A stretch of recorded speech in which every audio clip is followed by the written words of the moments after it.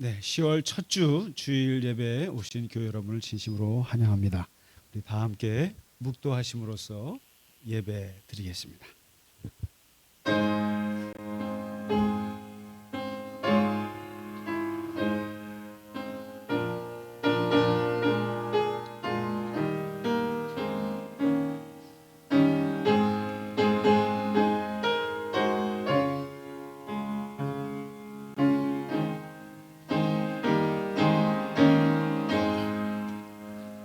감사함으로 그의 문에 들어가며 찬송함으로 그의 궁정에 들어가서 그에게 감사하며 그의 이름을 송축할지어다.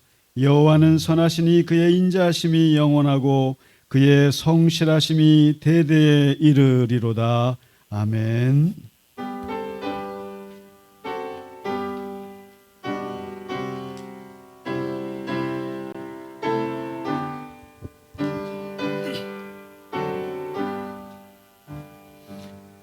큰 영광 중에 계신 주 나 찬송합니다.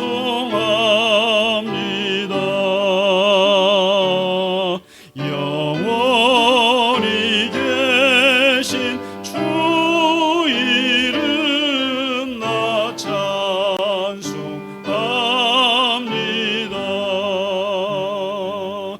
한없이 크신 능력을 나 찬송합니다.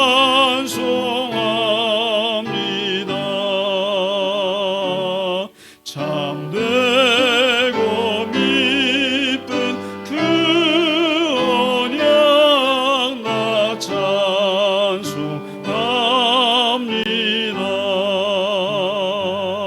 온 천지 창조하시던 그 말씀이 미서 영원히 변치 않는 줄 나 믿사옵니다.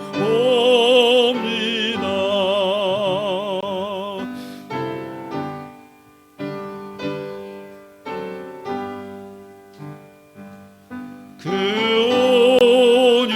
온유하신 주 음성 날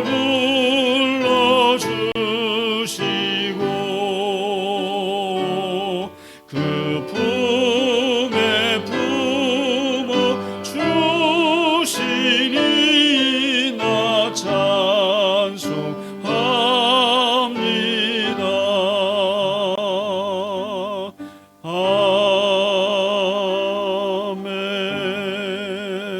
아멘. 사도신경으로 우리의 신앙을 고백하겠습니다. 나는 전능하신 아버지 하나님 천지의 창조주를 믿습니다. 나는 그의 유일하신 아들 우리 주 예수 그리스도를 믿습니다. 그는 성령으로 잉태되어 동정녀 마리아에게서 나시고 본디오 빌라도에게 고난을 받아 십자가에 못 박혀 죽으시고 장사된 지 사흘 만에 죽은 자 가운데서 다시 살아나셨으며 하늘에 오르시어 전능하신 아버지 하나님 우편에 앉아 계시다가 거기로부터 살아있는 자와 죽은 자를 심판하러 오십니다. 나는 성령을 믿으며 거룩한 공교회와 성도의 교제와 죄를 용서받는 것과 몸의 부활과 영생을 믿습니다. 아멘. 오늘의 교독문 빌립보서 4장입니다. 주 안에서 항상 기뻐하라. 내가 다시 말하노니 기뻐하라. 아무것도 염려하지 말고 다만 모든 일에 기도와 간구로 그리하면 모든 지각에 뛰어난 하나님의 평강이 끝으로 형제들아 무엇에든지 참되며 무엇에든지 경건하며 무엇에든지 오르며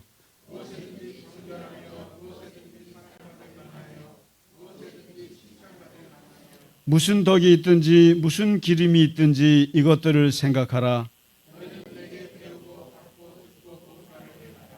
그리하면 평강의 하나님이 너희와 함께 계시리라. 아멘.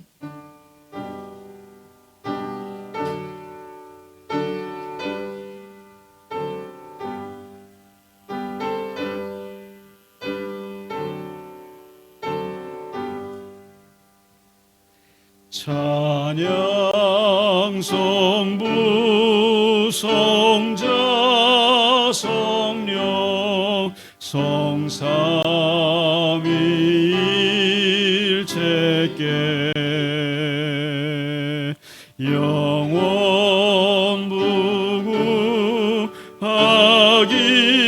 무궁하기까지 영광을 돌리세 영광을 돌리세 아멘.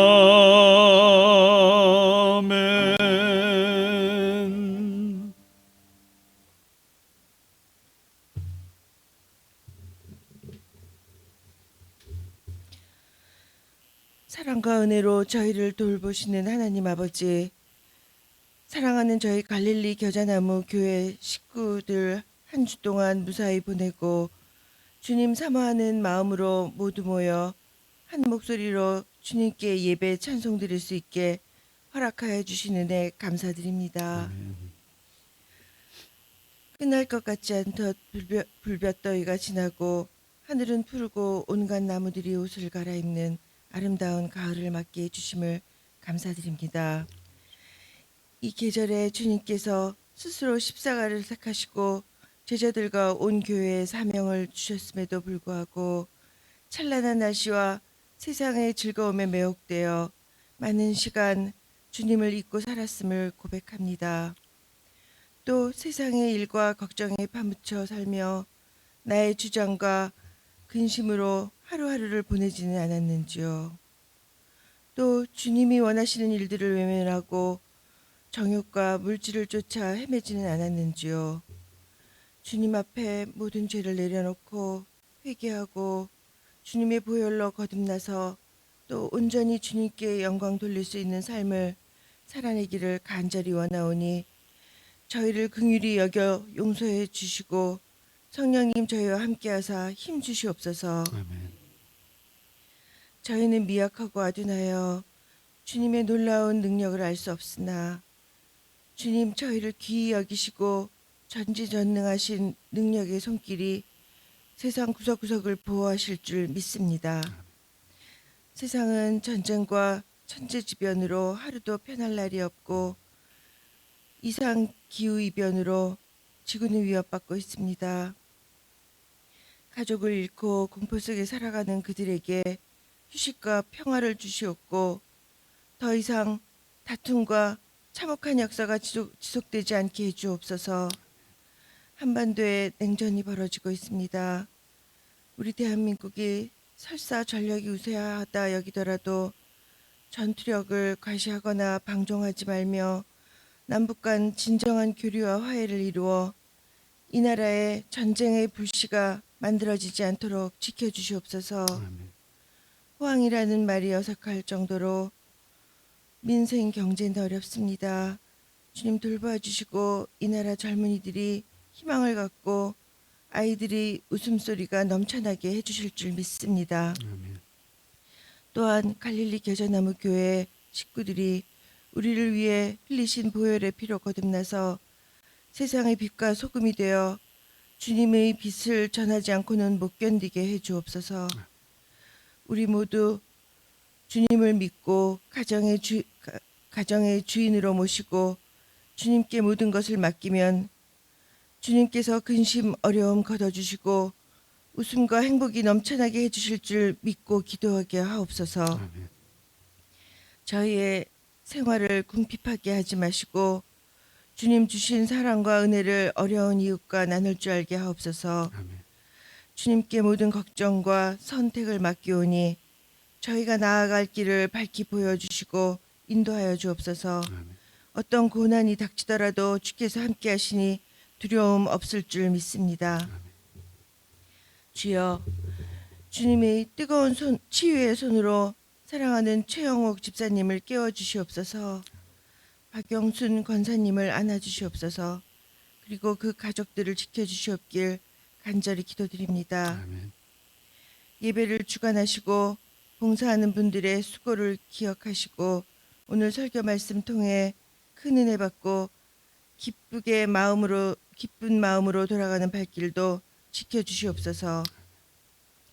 이 자리에 함께하지 못한 식구들도 똑같은 은혜 내려주시고 모든 가정이 건강하고 주님께 영광 돌릴 수 있는 기쁜 한 주가 되게 해주실 줄 믿사오며 이 모든 말씀 사랑 많으신 예수님 이름으로 간절히 기도드립니다. 아멘. 아멘.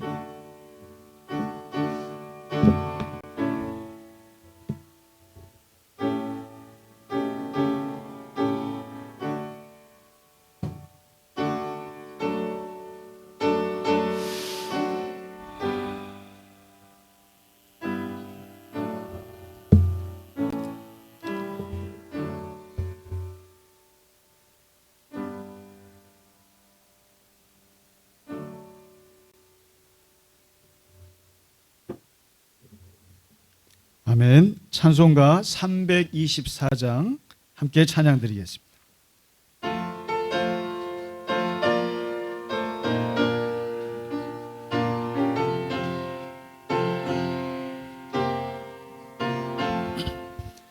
예수 나를 오라 하네, 예수 나를 오라 하네.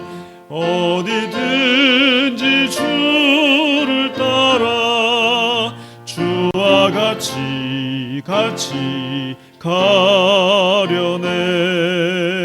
주의 인도하심 따라, 주의 인도하심 따라 어디든지 주를 따라 주와 같이 가려네.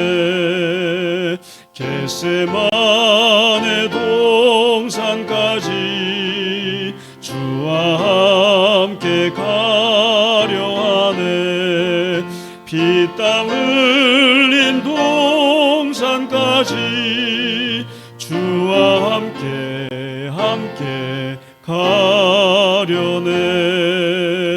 주의 인도하심 따라, 주의 인도하심 따라 어디든지 주를 따라 주와 같이 가려네. 심판하실 자리까지 주와 함께 가려 하네. 심판하실 자리까지 주와 함께 가려네. 주의 인도하심 따라, 주의 인도하심 따라 어디든지 주를 따라 주와 같이 가려네.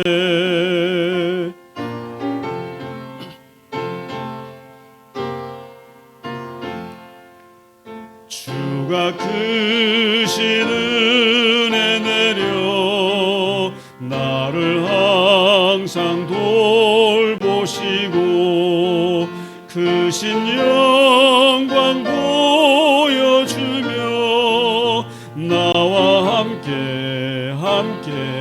가려네. 주의 인도하심 따라, 주의 인도하심 따라 어디든지 주를 따라 주와 같이 가려네. 아멘. 네, 교회 소식을 몇 가지만 전해드리겠습니다. 오늘은 10월 첫 주 성찬 주일입니다. 우리 이따 말씀 후에 함께 성찬을 나누도록 하겠습니다. 그리고 수요 성경 공부는 이번 주 한글날 공휴일로 잠시 쉬고 그 다음 주에 다시 하겠습니다. 그리고 우리가 지금 목장 모임을 만들었는데 이제 첫 모임 목장이 나왔습니다. 그래서 요한 목장 8, 90대 분들 모임입니다. 목장이고 마태 목장 70대 분들로 구성된 목장인데 이 첫 모임이 23일 이제 수요 성경 공부가 있는 날이거든요. 그래서 이날 11시에 성경 공부하시고 밥 같이 드시고 따로 70대와 80대가 따로 나눠서 차를 마시면서 그 귀한 교제를 나누는 시간을 갖기로 했다고 합니다. 그래서 제가 미리 이렇게 말씀드리는 것은 이 첫 모임이 중요하기 때문에 2주 전에 이렇게 광고를 하니까 잘 기획해 두셨다가 한 달에 한 번씩 모이는 그렇습니다. 주일날 오시면 주로 예배 때는 목사 설교가 많고 또 뭐 이렇게 서로 나의 신앙 이야기를 할 시간이 많지 않은데 이럴 때 같은 시대를 사셨던 분들끼리 모여서 하나님의 말씀과 또 우리의 삶의 고민과 기도 제목을 나누는 모임은 아주 중요합니다. 그래서 잘 모임을 잘 갖길 바라고요. 그리고 다른 모임들도 이제 정해지시면 말씀해 주시기 바랍니다. 그래서 주보에 알려서 같이 모임을 가도록 하겠습니다. 자, 그리고 오늘 어떻게 그 자리를 바꿨더니 혼란스러우셨죠? 처음에 이렇게 해봤어요. 함께 또 따로. 그래서 맨날 두 줄로 하니까 자꾸만 저기 초등학교에 온 것 같아서 맨날 제가 앞에서 보기가 참 그랬어요. 무슨 교실에 온 것 같아서. 그래서 제가 사실 금요일에 아주 고민을 많이 했어요. 여기서 한번 장의자로 한번 해볼까 또 이렇게 하다가 그냥 이렇게 해봤는데 뭐 우리 전사님은 거의 어이없어 하시고 그래요. 제가 이렇게 막 바꾸고 그러면은 그냥 저 목사 왜 저러나 이런 듯한 표정으로 참 변덕도 심하다 이렇게 그렇게 보시는 것 같아요. 제가. 근데 한마디 말씀 안 하세요. 안 했는데 이렇게 해놨더니 참 재밌는 게 부부가 갈라지고 너무 아름다운 모습 또 생각지 않게 또 저는 이 세 자리를 세 명이 앉을 거라고 생각 못했어요. 저 여유 있게 앉으시라고. 근데 이렇게 세 명씩 앉는 분들은 또 기다렸다는 듯이 그런 식으로 이렇게 또 혼자 저는 사실 예배를 드리면서 혼자 앉는 걸 참 좋아했어요. 이렇게 예배는 누가 이렇게 옆에 있으면 아주 걸리적거리는 그런 성격인데 이렇게 박동복 집사님이 또 혼자 탁 앉으셔서 그래서 그리고 이렇게 이런 게 있어요. 이게 좀 이게 인테리어는 자주 좀 바꿔주는 게 좋대요. 그러지 않으니까 옛날에 어디 저 성공인가 그랬대잖아요. 늘 앉고 있는 분인데 그 자리에 누가 새 신자가 앉았더니 저기 우리 권사님 자리인데 권사님 자리인데 그 몇십 년 앉았으니까 그럴 수밖에 없죠. 근데 그냥 자기 자리는 없습니다. 그냥 여기도 앉아보시고 한번 저기도 앉아보세요. 오늘 심장원이 저 뒤에 앉으셔서 유국자님 앉으시던 자리에 앉으셔서 또 경험해 보시고 근데 또 좀 마음에 안 들면 또 다음에 또 다시 두 줄로 가고 세 줄로 가고 할 테니까 너무 이상하게 생각하지 마시기 바랍니다. 제가 이렇게 여기만 있으면은 이 공간을 어떻게 쓰면 좋을까 되게 고민이 많아요. 그리고 참 예쁜 공간인데 그래도 그런 게 있고 또 다양하게 하나님은 변화의 하나님이시기 때문에 자꾸 변하는 게 좋습니다. 그리고 우리가 지금 셔틀 버스를 운영하잖아요. 무려 3대나 운영하는 엄청나게 큰 교회인데 우리 이승신 고사님 오늘 이 셔틀버스는 미리 기다리셔야 되는데 없어갖고 제가 왔거든요. 그랬더니 그때서야 손 흔들고 나타나셨는데 제가 택시 타고 오시라고. 근데 이렇게 오실 줄 몰랐어요. 저는. 오셔서 감사합니다. 네, 그래도 우리 그리고 여러분 지금 오늘 주보에 보시면은 주보 말고 또 하나 받은 거 있으시죠? 이게 뭐냐면 사실 제가 오랫동안 고민했던 것의 결과입니다. 이게 우리가 하나님의 말씀을 접하는 방식이 한 3가지가 있어요. 하나는 성경을 읽는 겁니다. 성경을 통독하는 방식이 있고, 그 다음에 목사가 하는 성경 공부, 혹은 유튜브나 여러 가지 하는 그런 강의들을 들어서 공부하는 방식이 있어요. 그 다음에 세 번째가 예배 때 설교 이 캐리그마, 하나님의 말씀을 선포하는 것을 통해서 말씀을 듣습니다. 세 가지가 있는데, 사실은 네 번째가 아주 좋은 방식이 하나 있는데, 그게 묵상이라는 것이 있습니다. 큐티라고 그러죠. 큐티. 매일매일 큐티 하는데, 성경을 통독하는 것은 이 성경을 이해하고 이게 지적인 그 틀을 잡는 데는 아주 좋습니다만은, 그날의 내 삶의 감정을 터치할 수 있는, 또 아주 간단하지만 그 말씀 하나로 붙잡고 살아갈 수 있는 방법은, 통독은 어려워요. 어려운데, 그래서 나온 게 큐티라는 방식인데, 제가 옛날에 이 큐티를 많이 했었거든요. 신학교 때부터. 근데 이게 힘이 있어요, 사실은. 힘이 있는데, 근데 뭘 하면 좋을까 하고 서점에서 다 뒤져봤어요. 뭐 생명의 말씀, 매일 성경, 다락방 다 뒤져봤는데, 아주 다들 그냥 성경 해석이에요. 그냥 그럴 거면 성경 공부를 하지라는 생각이 들 정도로. 근데 제가 원했던 것은 말씀 한 구절, 아주 짧은 말씀 한 구절 나오고, 그리고 짧은 생각할 만한 글이 있으면 좋겠다 했는데, 그것을 갖춘 게 보니까 오늘의 양식이더라고요. 여기 보시면 오늘의 양식인데, 이게 미국에서 시작된 거예요. 그리고 마침 우리 성경 공부 참여하시는 주경숙 집사님 남편분께서 이것을 번역하고 계세요. 또 미국에서 오랫동안 살으셨는데, 제가 그래서 이것을 한국 지부에 연락을 해서 이거를 좀 사겠다 그랬더니 살 필요 없이 드리겠다고 그러더라고요. 자기네가 이걸 선교 차원에서 보급을 한대요. 그래서 제가 이제 이거를 받아왔어요. 30권을 받아왔는데, 문제는 글씨가 너무 작아요. 글씨가 너무 작아서 우리 권사님들 보다가 눈물 나실 것 같아서, 그리고 뭐 이렇게 조금 뭐 찬송가도 들어있고 번거로워서 제가 이 내용을 그대로 담되 약간 각색을 했어요. 편집을 다시 했어요. 큰 글씨에다가 이렇게. 그다음에 성경도 표준 세번역으로, 우리 요즘 읽기 좋은 걸로, 이해하기 좋은 그 버전으로 바꿔서 매주 6개씩을 여기다가 실어서 드릴게요.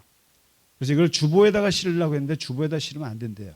그래, 안 된다 그래서 이렇게 해서, 이게 우리가 글씨가 작기 때문에 조금 확대해서, 그다음에 약간 소타이틀, 소제목도 제가 좀 달아서 읽기 편하게 좀 다시 만들었어요. 한번 비교해 보시면. 그래서 매주마다 주보와 함께, 제목은 우리 교회 이 묵상 제목은 겨자나무 그늘 아래. 겨자나무 그늘 아래. 그러니까 매일 묵상이에요, 우리가. 그래서 갈릴리 예수 산책이 있잖아요. 근데 이번에는 겨자나무, 하나님이, 예수님이 만드신 겨자나무 아래에서 하나님 말씀 매일같이 묵상하라는 의미에서 겨자나무 그늘 아래로 이름을 지어봤습니다. 그래서 한번 그냥 하루에 한 페이지만 읽으시면 돼요. 그냥 읽고 너무 깊이 하실 필요 없어요.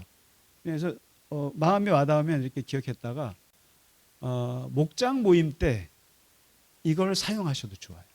목장 모임 때 내가 몇 월 며칠 날 읽었던 구절이 나는 참 좋더라. 그리고 이 구절이 이게 참 내 삶에서 어떤 일이 이루어졌다, 뭐 이렇게 간증할 수 있거든요. 그래서 아주 좋은 자료니까 한번 보시는데 어렵지 않으시겠죠? 예, 그냥 매주 6개씩, 주일은 빼고요. 그렇게 이용하시면 되겠습니다.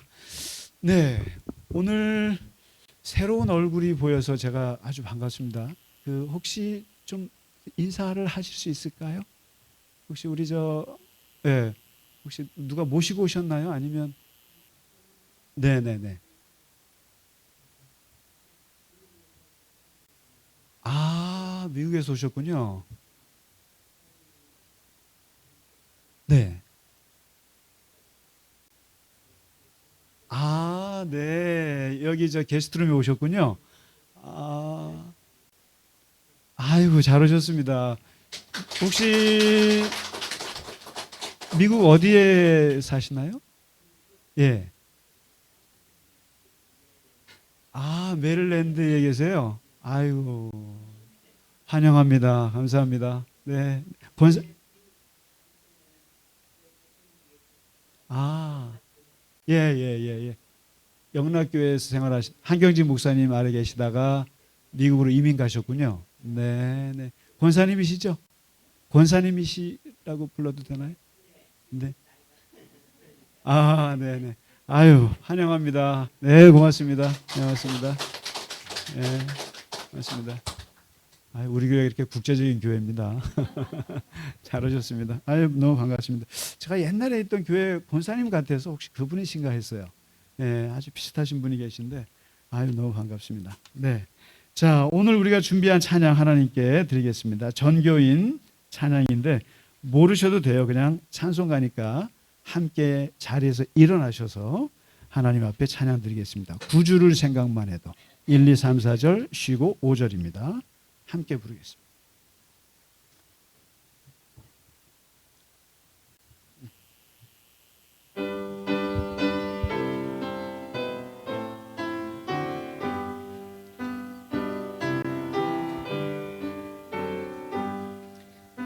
구주를 생각만 해도 이렇게 좋거든. 주 얼굴 배울 때야 얼마나 좋으랴. 만민의 구주 예수의 귀하신 이름은 천지에 있는 이름 주 비할 데 없도다. 참에게 아는 자에게 소망이 되시고 구하고 찾는 자에게 기쁨이 되신다. 예수의 넓은 사랑을 어찌다 말하랴.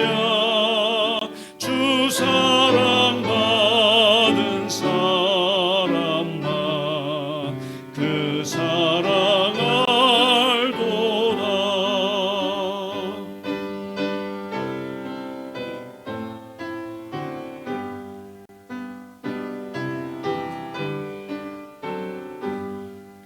사랑의 구주 예수여 내 기쁨 되시고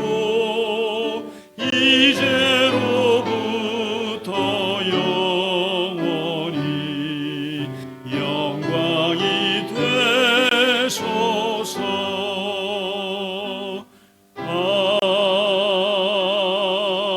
아멘. 아멘. 네, 감사합니다. 우리 지휘자님이 한 2주 동안 못 나오시는데 지휘자님이 우리 최 집사님 먼저 보내시고 나서 본인도 사실 당뇨가 굉장히 심해요. 굉장히 심한데 방치해 오다가 사실은 이번에 400이면은 대단한 거죠. 굉장히 그래서 우리 또 진권사님 도움 받아서 지금 충주에 있는 그 당뇨 전문 케어하는 데가 한 2주 정도 프로그램이 있어요. 그래서 거기 가서 지금 이제 시술도 하고 치료도 하고 또 당뇨를 어떻게 조절하는지에 대한 것도 교육도 받고 갔어요. 그래서 기도해 주시고 저도 그 얘기 듣고 너무 놀라서 무조건 집사님 건강 회복하셔야 되니까 꼭 다녀오시라고 그래서 하시니까 기도해 주시고 잘 회복해서 또 건강하게 우리 지휘해 주시기를 그렇게 기도하겠습니다. 네, 오늘 우리에게 주신 하나님의 말씀 함께 보겠습니다. 사도행전입니다. 사도행전 9장 20절에서 30절의 말씀입니다. 네, 우리 함께 합독하겠습니다. 즉시로 각 회당에서 예수가 하나님의 아들이심을 전파하니 듣는 사람이 다 놀라 말하되 이 사람이 예루살렘에서 이 이름을 부르는 사람을 멸하려던 자가 아니냐. 여기 온 것도 그들을 결박하여 대제사장들에게 끌어가고자 함이 아니냐 하더라. 사울은 힘을 더 얻어 예수를 그리스도라 증언하여 다메섹에 사는 유대인들을 당혹하게 하니라. 여러 날이 지남에 유대인들이 사울 죽이기를 공모하더니 그 계교가 사울에게 알려지니라. 그들이 그를 죽이려고 밤낮으로 성문까지 지키거늘 그의 제자들이 밤에 사울을 광주리에 담아 성벽에서 달아 내리니라. 사울이 예루살렘에 가서 제자들을 사귀고자 하나 다 두려워하여 그가 제자됨을 믿지 아니하니 바나바가 데리고 사도들에게 가서 그가 길에서 어떻게 주를 보았는지와 주께서 그에게 말씀하신 일과 다메섹에서 그가 어떻게 예수의 이름으로 담대히 말하였는지를 전하니라. 사울이 제자들과 함께 있어 예루살렘에 출입하며 또 주 예수의 이름으로 담대히 말하고 헬라파 유대인들과 함께 말하며 변론하니 그 사람들이 죽이려고 힘쓰거늘 형제들이 알고 가이사랴로 데리고 내려가서 다소로 보내니라. 아멘. 사도행전의 두 인물이라고 하면은 앞부분은 베드로고 후반부에는 사울, 바울이라고 말씀드렸잖아요. 근데 이 바울이라고 하는 사람이 이제 9장에서 나타나서 부활하신 예수님을 만나는 어마어마한 체험을 하게 돼요. 그래서 39년 동안 몸담았던 유대교에서 그리고 산헤드린 공회의 종교재판소의 검사로서 예수쟁이들을 핍박하는 치열한 핍박자에서 그 자기가 핍박하는 사람들의 신이라고 할 수 있는 예수가 직접 나타나서 왜 나를 괴롭히냐라고 하는 그 메시지를 받고 소리를 듣고 그리고 빛을 보고 3일 동안 실명하면서 어마어마한 충격을 받게 되죠. 그러면서 이 다마스쿠스에서 바울이 체험한 이 부활하신 예수님, 이 사건은 그 이후에 바울의 인생에 있어서 자기 신앙의 기초가 되고 그리고 이 체험을 어디 가서든지 항상 간증을 했어요. 앞으로도 보시면 사도행전에 바울의 설교가 몇 편 나오는데 할 때마다 항상 자기가 다메섹에서 만난 예수님을 간증하고 그 체험을 얘기해요. 이 말은 본인이 얼마나 그 체험이 강렬했고 그리고 그럴 수밖에 없을 것 같아요. 아마도 제가 볼 때는 바울과 같이 열정이 있고 불같은 사람 그리고 한쪽에 딱 매이면 그냥 거침없이 달려드는 사람을 바꿀 수 있는 방법은 예수님이 직접 나타나서 얘를 확 돌이키는 것밖에 없는 것 같아요. 그래서 이 체험이라고 하는 것은 사실 이렇게 점잖고 말이죠. 또 조용하게 진지하게 그리고 이렇게 사는 사람들은 별로 체험이 안 돼요. 그런데 우리가 파란만장하다라고 하면 주로 사람들이 성격이 별난 사람들이 좀 많이 체험을 하게 돼요. 근데 바울도 성격이 보통 사람이 아니란 말이죠. 그러니까 예수님이 얘를 어떻게 돌려요? 결국 부활하신 예수님이 직접 만나는 수밖에 없는 거죠. 그러니까 이게 바울에게서는 굉장히 강력한 체험이 됐는데 그러면 이제 바울이 부활하신 예수님을 만난 후에 회심하게 되죠. 회심하게 돼서 그 이후에 바울은 어떻게 했을까? 어떻게 했을까? 여러분은 얼핏 오늘 읽으신 말씀 보면 부활하고 예수님 만나고 나서 바울이 바로 복음을 전하는 것처럼 보이잖아요. 막 복음을 전하고 그랬더니 사람들이 저놈 지난번까지만 해도 우리를 죽이던 사람이 뭐 믿지를 않는 거예요. 유대인들도 이상하게 생각하고 심지어 예수 믿는 사람들도 믿지 못하는 거죠. 그래도 열심히 전했고 막 그런 게 나와요. 그러다가 다메섹에 가서 전했다가 또 다시 또 예루살렘에 가서 또 부딪혔다가 또 막 끌려가기도 했다가 그러다가 오늘 마지막 30절이 뭡니까? 다소로 데려가니라 이런 말이 나와요. 근데 우리는 얼핏 보면 바울이 부활하신 예수님을 체험하자마자 복음을 바로 전한 걸로 알아요. 그런데 그렇지가 않습니다. 우리가 알고 있는 바울은 지금 오늘 읽으신 말씀에 이 본문이 무려 14년의 세월을 담고 있어요. 그러니까 우리가 역사를 공부할 때 보면 이성계 다음에 태종이고 태종 다음에 세종이고 이렇게 해서 그냥 쉽게 한 줄로 넘어가지만 실제로 그 시대를 사는 본인의 입장은 이게 지금 여기 몇 줄이에요? 10줄밖에 안 되는 구절이지만은 이게 14년의 세월이 숨겨져 있어요. 바울은 부활하신 예수님을 만나고 나서 예수님 부활하셨습니다 하고 복음 전하러 간 사람이 아니에요. 아니고 이제 한번 바울의 편지, 특히 갈라디아서 또 몇 군데 이렇게 보면 이제 바울의 잃어버린 시간이 나와요.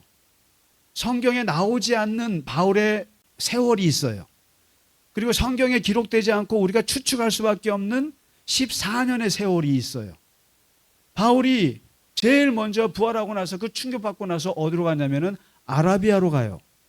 아라비아가 어디냐면은 지금 사우디아라비아가 아니고 요르단의 나바테안 왕국. 여러분 혹시 페트라 유적지 가보셨어요?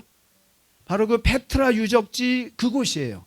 거기가 그 당시 나바테안 왕국인데 거기에서 3년을 머물러요. 3년 동안 뭘 했겠어요, 바울이? 거기서 아무것도 안 해요. 거기서 이 부활하신 예수님을 만나고 나서 3년의 세월을 깊이 침잠하는 시간을 갖습니다. 침잠이라고 그래요. 기도하고 도대체 39년을 내가 어떻게 살아온 거야? 그리고 도대체 이 예수는 누구야? 내가 다메섹에서 만난 이 예수, 이 사건, 그 소리, 그 메시지는 도대체 뭐야? 이것을 계속 생각하면서 3년 동안 아무것도 안 하고 거기에서 깊이 있습니다. 이 3년 동안의 아라비아에서의 쉽게 말하면 수도원 생활이에요. 여러분, 수도원이라는 게 뭐예요? 그저 말씀과 기도밖에 없는 공간이에요. 그냥 직접적으로 하나님과 만나는 그 시간이에요. 봉사도 없고 선교도 없고 전도도 없고 활동도 없어요. 오직 그 시간에 가만히 하나님만 바라보고 나를 생각하고 조용히 침잠하는 시간을 아라비아에서 갖습니다. 자, 그러면 3년 후에 이제 좀 됐나 싶어서 어디로 가냐면은 내가 만난 예수가 누군지 너무 알고 싶어요. 내가 만난 예수님을 알려면 누구를 만나야 됩니까? 베드로를 봐야 될 거 아니에요. 12사도를 만나서 들어봐야 될 거 아니에요? 그래서 예루살렘으로 가요. 예루살렘으로 가서 베드로한테 15일을 머무는데 거기서 베드로를 만나지도 못해요. 대신 예수님의 동생 야고보만 만나고 왔어요. 별로 소득도 없어요. 예루살렘에서도 그렇게 했는데 또 실제로 예루살렘에 갔더니 제자들이 다 싸해요. 분위기가 싸해요. 어떤 느낌인지 아시죠? 당신이 회심했어? 그래. 그런데 한 번 회심한 놈이 또 회심할지 모르지. 한 번 배신한 사람은 두 번도 회심한다면서요? 그러니까 누가 믿어요? 그러니까 다들 제자들도 이 사람의 전력이 너무 화려했거든요. 나이 30에 그 검사가 돼서 10년 가까이를 아주 유명한 핍박자로 살던 바울을 모르는 사람이 없는데 다들 그냥 피하니까 바울도 예루살렘에 있을 수가 없는 거예요. 그러니까 그리고 심지어는 바울을 죽이려고 하는 사람들이 나타났어요. 유대인들 중. 그러니까 안 되겠다. 그때 바울을 옆에서 도와준 사람이 바나바예요. 여러분, 이 바나바는 정말 위대한 인물이에요. 누굽니까? 자기의 재산을 바쳐서 예루살렘 교회에다가 바쳐서 그 위로자란 이름, 그리고 평생을 숨겨진 바울을 끄집어낸 사람이 바나바인데, 바나바가 당신 안 되겠어. 고향으로 가시오. 여기 있다가. 어디로 갑니까?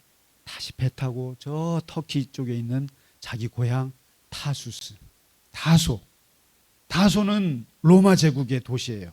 그 당시에 최고의 철학 도시예요. 교육 도시예요. 그다음에 항구 도시예요. 거기에서 다시 고향으로 돌아가서 거기서 무려 10년을 보냅니다. 10년을 아무런 인정받지도 못하고, 그리고 조금 하면서도 좀 이렇게 목회 비슷하게 하지만 아무도 알려지지 않는, 그냥 그 고향에서 어떻게 했어요? 제가 만일에 그렇게 해서 제 고향 저 대관령에 가서 목회한다 그러면 다들 뭐라 그러겠어요? 그냥 실패한 목회자처럼. 그런데 문제는 이 사도 바울이 다소에서 뭘 했느냐라는 거예요. 자기 고향에서. 목회한 게 아니에요. 목회도 좀 했겠죠. 선교도 하고 했겠죠. 그러나 중요한 것은 바로 이 10년 동안의 다소에서 했던 것은 그가 자기의 신학을 정립을 합니다. 10년 동안. 자기가 만난 예수, 그리고 내가 39년 동안 공부했던 모세의 율법의 세계와, 그리고 내가 만난 예수, 그분의 그 사상을 섞으면서 비교하면서 내가 만난 예수가 어떤 분인지를 신학을 정립을 하기 시작해요. 정립을 해요. 그리고 도대체 그리스도가 어떤 분인가를 정립하고 글을 쓰고 정립하고 글을 쓰고 생각하고 또 생각합니다. 그러면서 이제 14년 동안 아라비아에서 3년, 그리고 자기 고향 다소에서 10년, 14년 동안 남들이 볼 때는 바울의 그 인생은 잃어버린 시간. 그래서 신학자들은 이것을 lost time이라고 그래요. missing time이라고도 하고 hidden time이라고도 해요. 숨겨진 시간. 14년 바울은 그때 뭘 했나? 그는 여기서 이제 어마어마한 준비를 하는 시간을 갖게 돼요. 체험했던 것들을, 이 예수님 만난 체험을 신학적으로 이것을 교리화하기 시작해요. 교리화하고 예수 그리스도가 도대체 모세와 뭐가 다른지, 그리고 구약에서 율법으로 구원받는 것과 예수를 믿음으로써 구원받는 것이 무엇인지, 그리고 내가 만난 예수님을 믿음으로써 우리가 구약의 율법 이것을 뛰어넘는 이것을 체계화하기 시작하는데요. 이 기간이 14년 동안이에요. 그러니까 우리가 신약에서 27권, 신약 성경 27권 중에 무려 13개, 14개가 바울의 편지예요. 거의 반 3분의 2가 바울의 편지예요. 그리고 우리가 알고 있는 기독교 구원의 신앙의 모든 체계가 누구에게서 나왔냐면은 바울에게서 나왔어요.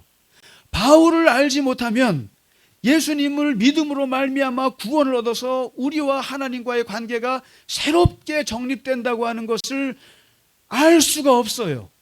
그리고 바울이 없었으면은 이 모든 사람들에게 예수를 믿음으로 구원받아서 모두가 천국 갈 수 있다고 하는 이 대중적인 보편적인 기독교 신학을 우리는 접할 수가 없게 되는 거예요. 그런데 바로 이 위대한 바울의 기독교 신학이 언제 나왔느냐? 바로 잃어버린 14년의 세월에서 나왔다는 거예요.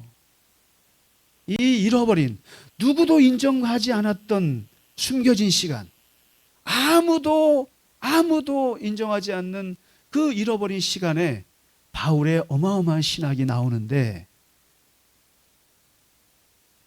이 바울이 9장에서 등장해서 오늘 이렇게 나오잖아요.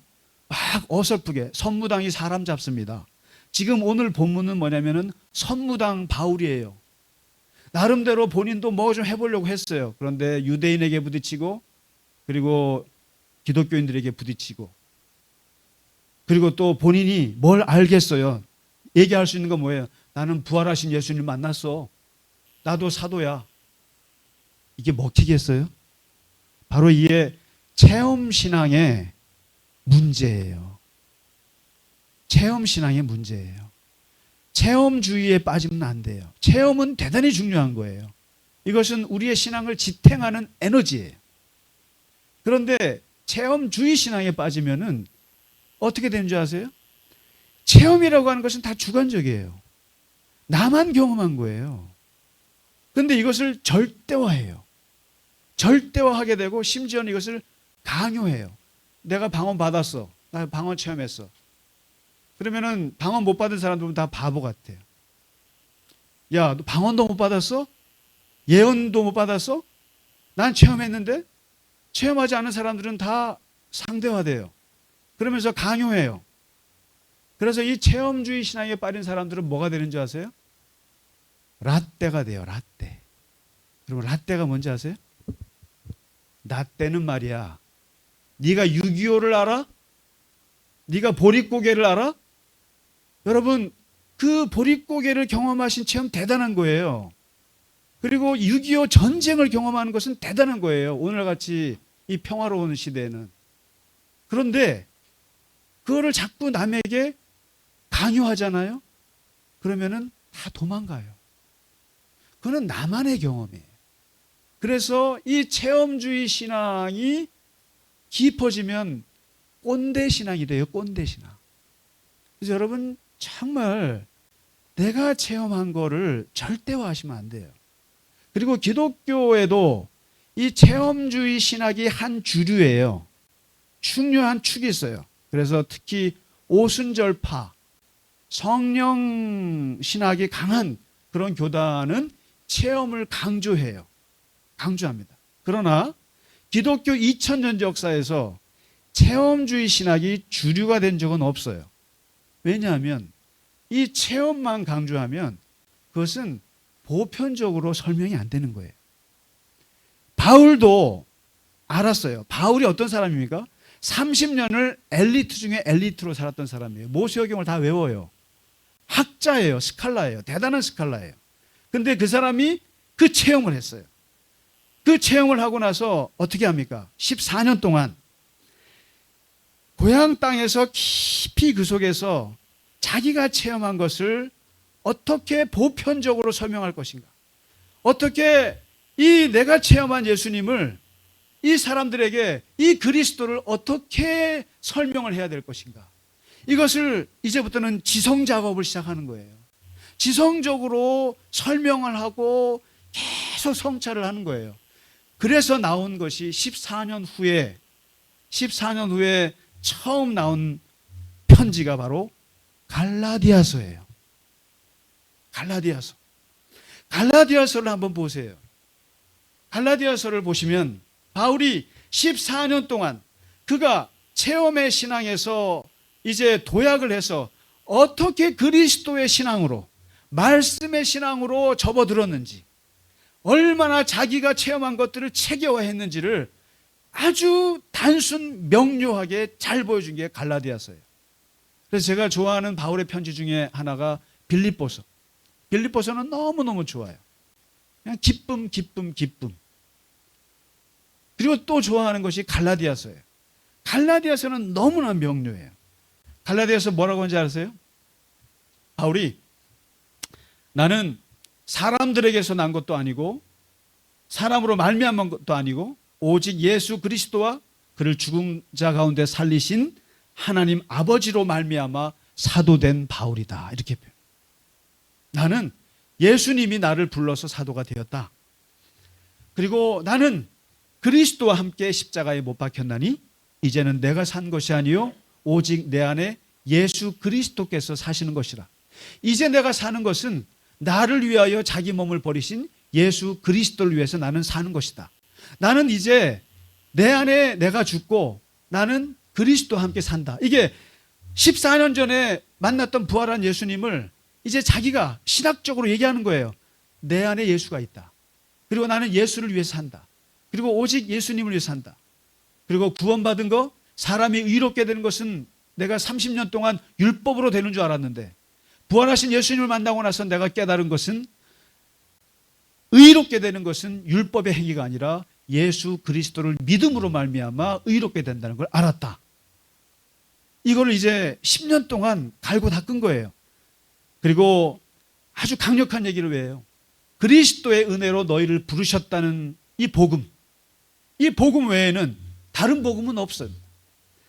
만일 우리나 심지어 하늘에서 온 천사를 할지라도 예수 그리스도로 말미암은 복음 외에 다른 복음을 전한다면 저주를 받을 것이다.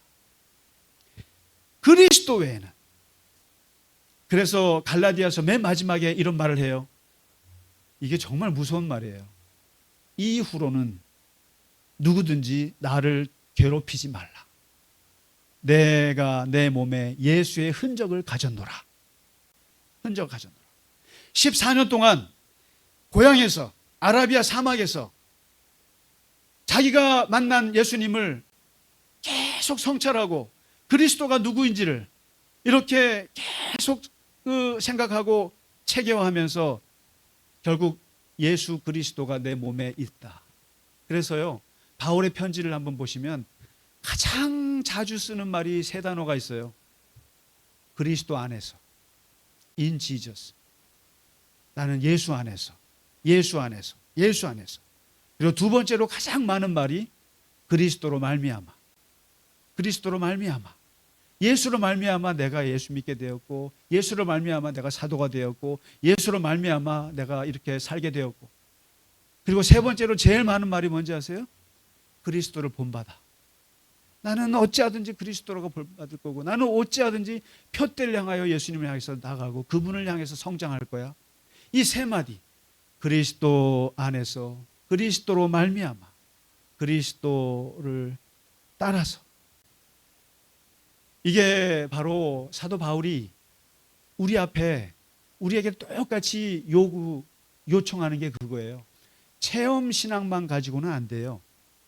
안 됩니다. 체험 신앙은 자기만 아는 거예요. 중요한 건 말씀 신앙으로 옮겨지지 않으면 안 돼요. 말씀 신앙으로 보편적으로, 그리고 하나님의 말씀, 예수 그리스도가 어떤 분인지 정확하게 공부하셔야 돼요.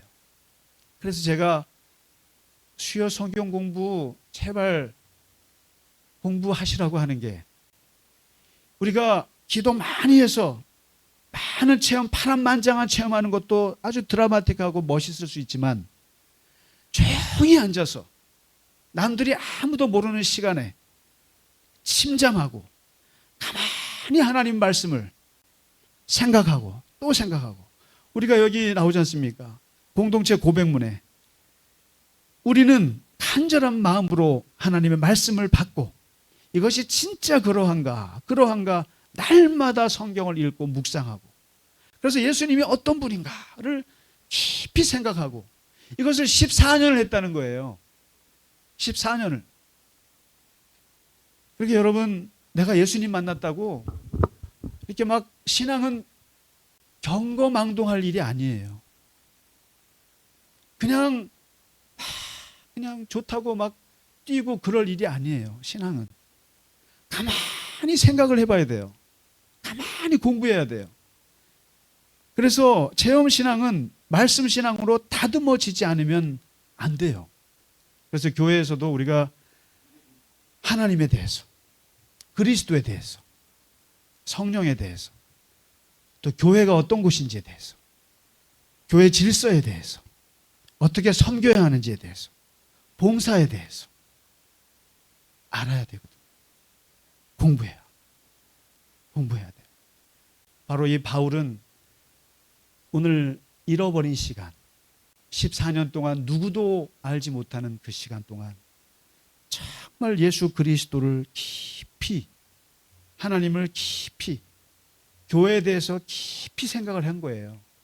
깊이 생각해서 거기서 나온 그 정말 보화 같은 말씀들이 우리가 지금 보고 있는 고린도 전후서, 에베소서, 빌립보서, 로마서, 그 어마어마한 책들이고, 이 14년이 지난 후에 바울이 오늘 이제 사도행전 9장에 나타났다가 사라졌다가 13장에 드디어 나타납니다. 어디예요? 최초의 이방 선교를 위한 교회, 안디옥 교회의 5명의 공동 목회자 중에 한 명으로 등장하게 됩니다. 그렇게 세계 선교의 어마어마한 신학자로 등장하기 전까지 14년 동안 조용히 하나님 말씀으로 다듬어졌던 시간이 있었던 것처럼, 우리도 하나님의 말씀으로 매일같이 다듬어져야 하리라 믿습니다. 우리 이 시간에 주님의 말씀을 받아서 주의 떡을 또 주님의 잔을 받는 성찬 예식을 갖도록 하겠습니다.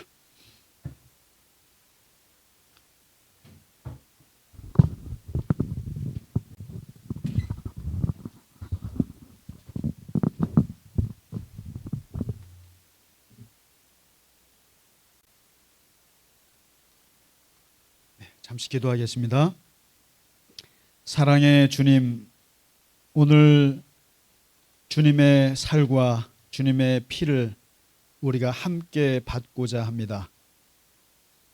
주님께서 십자가에 돌아가시기 전에 우리에게 베푸신 이 귀한 성찬이 우리의 신앙의 살이 되고 피가 되고 생명이 되어서 주님의 살과 피를 받고 먹고 마시는 순간 주님이 내 안에, 내가 주님 안에 거하는 놀라운 신비의 체험을 하게 하여 주시옵소서. 예수님의 이름으로 기도하옵나이다. 아멘. 주님께서 잡히시던 밤 제자들에게 떡을 떼어 주시며 말씀하시기를, 이것은 내가 너희를 위하여 주는데 살이니 이것을 먹을 때마다 나의 죽음을 기억하라 말씀하셨습니다. 식후에는 제자들에게 포도주 잔을 따라 주시면서 말씀을 하셨습니다. 이 잔을 받아 먹으라. 이것은 내가 너희를 위하여 흘리는 내 피니 이것을 마실 때마다 나를 기억할지니라 말씀하셨습니다. 오늘 우리가 주님의 살과 피를 먹고 마시는 것은 주님이 다시 오시는 날까지 그분의 죽으심을 전하고자 하기 위함입니다. 이 시간 거룩한 마음으로 주님의 살과 주님의 피를 받으시기 바랍니다. 제가 이것은 그리스도의 몸입니다 하고 하면 아멘 하고 받으시면 되시겠고, 그리고 바로 들어가지 마시고 여기 배너에 십자가 형상을 보시면서 잠시 기도하고 묵상하시다가 들어가시면 좋겠습니다.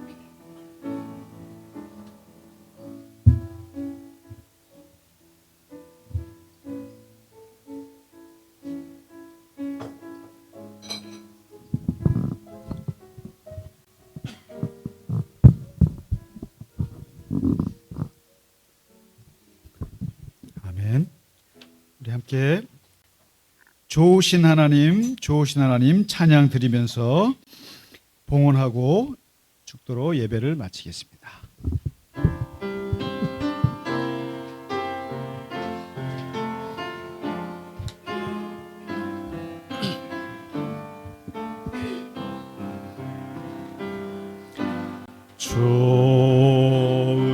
좋으신 하나님 좋으신 하나님 참 좋으신 나의 하나님 우리의 기도를 응답해 주시는 참 좋으신 나의 하나님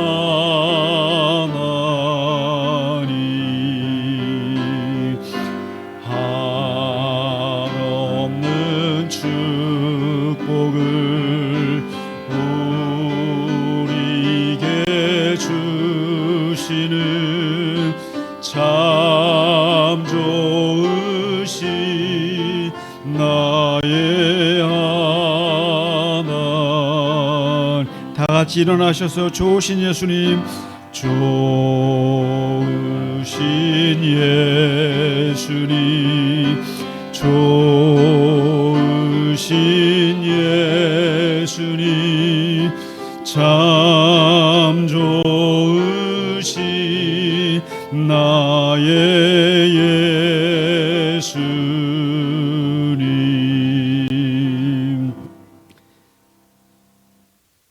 하나님 아버지 다메섹에서 사도 바울을 핍박자에서 하나님의 증인으로 사도로 변화시키신 주님께서 그의 숨겨져 있는 14년의 세월 동안 그가 얼마나 예수 그리스도를 깊이 생각하고 또 생각하고 그리고 성찰하고 기도하며 그가 14년 후에 역사의 현장에 나타났을 때 그의 온몸에 예수 그리스도의 그 흔적이 나타나고 오직 예수 그리스도의 중심에 하나님의 말씀이 전파되는 그것을 통해서 기독교의 세계가 하나님 나라의 세계가 펼쳐짐을 보았습니다.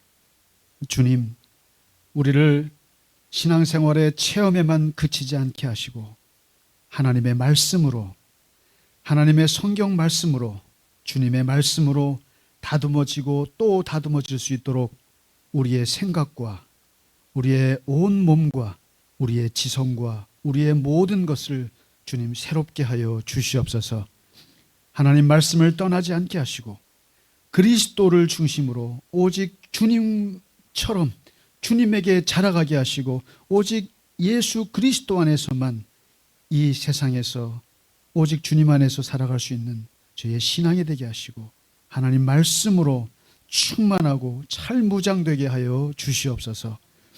아버지 하나님, 이 시간 주 앞에 드린 예물 위에 함께 하시고 드린 손길을 기억하시며 항상 하나님의 손길로 우리의 삶을 인도하여 주시옵소서.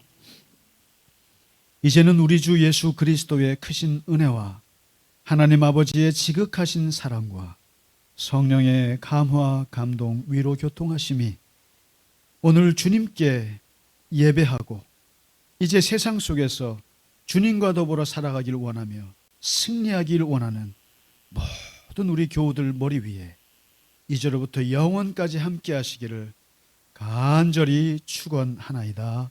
아멘.